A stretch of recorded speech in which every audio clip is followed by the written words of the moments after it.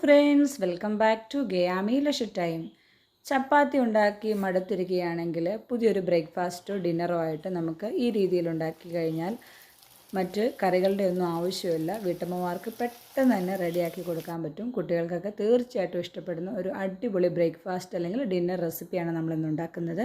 എങ്ങനെയാണ് ഉണ്ടാക്കുന്നത് നോക്കിയാലോ. ആദ്യമേ തന്നെ കടായിയിൽ എണ്ണ ഒഴിച്ചു കൊടുക്കുക. ഒരു 2 ടേബിൾ സ്പൂൺ എണ്ണ ഒഴിച്ചു കൊടുത്തിട്ടുണ്ട്. അതിലേക്ക് ജിഞ്ചർ ഗാർലിക് ഒന്ന് ക്രഷ് ചെയ്തതാണ്, അത് ഇതിലേക്ക് ഇട്ട് കൊടുക്കുക. അതൊന്ന് ചെറുതായിട്ട് മൂത്ത് വരുമ്പോൾ 2 സവാള മീഡിയം സൈസിലുള്ളതാണ് ചെറുതായിട്ട് അരിഞ്ഞത് ഇട്ട് കൊടുക്കുക. അത് നന്നായിട്ടൊന്ന് വഴറ്റി കൊടുക്കുക. അതൊന്ന് ചെറുതായിട്ട് വഴന്ന് വരുമ്പോൾ നമുക്കതിലേക്ക് ഒരു 2 നുള്ളു ഉപ്പിട്ട് കൊടുക്കുക. പെട്ടെന്ന് വഴന്ന് വരാൻ വേണ്ടിയിട്ട് ഒരു മീഡിയം തീയിലിട്ട് നന്നായിട്ട് വഴറ്റി കൊടുക്കുക. പിന്നെ ഞാനിതിലേക്ക് കുറച്ച് കറിവേപ്പില ഇട്ട് കൊടുക്കുന്നുണ്ട്. അത് ചെറുതായിട്ടൊന്ന് നുറുക്കിയിട്ടിട്ടുണ്ട്. എന്നിട്ട് വീണ്ടും ഇളക്കി കൊടുക്കുക. അതിലേക്കൊരു 1/4 ടീസ്പൂൺ മഞ്ഞൾപ്പൊടി ഇട്ട് കൊടുക്കുക. എന്നിട്ട് വീണ്ടും ഇങ്ങനെ ഇളക്കി കൊടുത്തുകൊണ്ടേയിരിക്കുക. നമുക്കിതിലേക്ക് 1 ടേബിൾ സ്പൂൺ മല്ലിപ്പൊടി, 1 ടീസ്പൂൺ മുളക് പൊടി, 1 ടീസ്പൂൺ എഗ് മസാല ഇല്ലെങ്കിലും കുഴപ്പമില്ല. പിന്നെ ഒരു 1/4 ടീസ്പൂൺ ഗരം മസാലയും കൂടി ഇട്ടിട്ടുണ്ട്. ഇനിയും ആ മസാലയുടെ എല്ലാം പച്ചമണം മാറുന്നത് വരെ നന്നായിട്ട് ഇളക്കി കൊടുക്കുക. ഇനി നമുക്കിതിലേക്ക് 2 പഴുത്ത തക്കാളി, ഒരു മീഡിയം സൈസിലുള്ളതാണ്, ചെറുതായിട്ട് കട്ട് ചെയ്തത് അതിലേക്ക് ഇട്ട് കൊടുത്ത് വീണ്ടും നന്നായിട്ട് വഴറ്റി കൊടുക്കുക. ഇതിലേക്കൊരു 3 മുട്ട ഞാൻ പുഴുങ്ങി വെച്ചിട്ടുണ്ട്. അത് ചെറുതായിട്ട് ഇതേപോലെ കട്ട് ചെയ്ത് അതിനുശേഷം നമുക്കിതിലേക്ക് ഈ മുട്ട കട്ട് ചെയ്തത് ഇട്ട് കൊടുക്കുക. എന്നിട്ട് നമുക്കിത് വീണ്ടും നന്നായിട്ട് വഴറ്റി കൊടുക്കുക. ഇതിലേക്ക് നമുക്കിപ്പോൾ മല്ലിയില വേണമെങ്കിലും ചേർക്കാം, ഞാനിപ്പോൾ ചേർക്കുന്നില്ല. അപ്പോൾ ഫില്ലിങ് റെഡി ആയിട്ടുണ്ട്.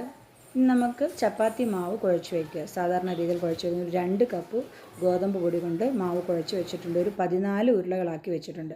അധികം കനം കുറയ്ക്കാതെ നല്ല അത്യാവശ്യം കട്ടിയിൽ തന്നെ പരത്തിയെടുക്കുക. അതിലേക്ക് ഈ ഫില്ലിങ് അതിൻ്റെ സെൻട്രലായിട്ട് വെച്ച് കൊടുക്കുക. ഒരു 2 ടേബിൾ സ്പൂൺ വെച്ച് കൊടുക്കുക.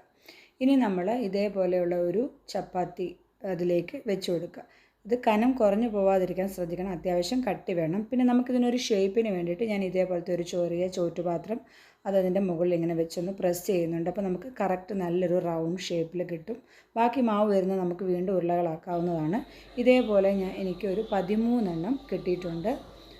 അതിനുശേഷം നമുക്ക് ചൂടായ എണ്ണയിലേക്ക് ഇത് ഇട്ട് കൊടുക്കുക. നമ്മൾ എണ്ണ സാധാരണ പൂരി വറക്കുന്ന പോലെ ധാരാളം ഒഴിച്ചു കൊടുക്കേണ്ട ആവശ്യമില്ല. അത്യാവശ്യം ഇതേപോലത്തെ ഒരു വലിയ പാനിൽ ഈ ഒരു അളവിൽ എണ്ണ ഒഴിച്ചു കൊടുത്താൽ മതി. തിരിച്ചിട്ട് കൊടുത്തതിന് ശേഷം നമുക്ക് ഇതേപോലെ ഒന്ന് പ്രസ് ചെയ്ത് കൊടുത്താൽ നല്ല വീർത്ത് വരും കേട്ടോ. അപ്പോൾ നമ്മളുടെ സ്വാദിഷ്ടമായ ഒരു ബ്രേക്ക്ഫാസ്റ്റ് അല്ലെങ്കിൽ ഡിന്നർ റെസിപ്പി റെഡി ആയിട്ടുണ്ട്. ഇത് നിങ്ങൾ എന്തായാലും ഒന്ന് ഉണ്ടാക്കി നോക്കണം. ഇത് ഉണ്ടാക്കി നോക്കാത്തവർ ഒന്ന് തീർച്ചയായിട്ടും ഉണ്ടാക്കി നോക്കണം. നമുക്ക് ഇതിന് പ്രത്യേകിച്ച് കറികളുടെ ഒന്നും ആവശ്യമില്ല. അതുകൊണ്ട് തന്നെ അത് മാത്രമല്ല ചൂടോടുകൂടി കഴിക്കാൻ നല്ലതാണ്. കടുംചായയുടെ കൂടെയും ചായയുടെ കൂടെയൊക്കെ കഴിക്കാൻ നല്ലൊരു ടേസ്റ്റാണ്. നമ്മൾ വീട്ടമ്മമാർക്ക് എപ്പോഴും നമ്മൾ ബ്രേക്ക്ഫാസ്റ്റും ഡിന്നറും ഒക്കെ ഉണ്ടാക്കുമ്പോൾ എന്താണ് ഉണ്ടാക്കുന്ന ഒരു സംശയമല്ലേ. അപ്പോൾ ഇങ്ങനെയൊന്നും ഉണ്ടാക്കി കൊടുത്തു കഴിഞ്ഞാൽ കുട്ടികൾക്കും ഇഷ്ടപ്പെടും, നമുക്കും ഇഷ്ടമാവും. എല്ലാവരും കൂട്ടുകാരൊന്ന് ട്രൈ ചെയ്ത് നോക്കുക. വീണ്ടും നല്ല റെസിപ്പിയുമായിട്ട് വരാം. അപ്പോൾ ചാനൽ ഇഷ്ടപ്പെടുകയാണെങ്കിൽ എല്ലാ കൂട്ടുകാരും ഒന്ന് ലൈക്കും ഷെയറും സബ്സ്ക്രൈബും ഒക്കെ ഒന്ന് ചെയ്യണേ. കൂട്ടുകാർക്കൊക്കെ ഒന്ന് ഷെയർ ചെയ്ത് കൊടുക്കുകയും വേണം. അപ്പോൾ മറ്റൊരു നല്ല റെസിപ്പിയുമായിട്ട് വീണ്ടും വരാം. Thanks for watching.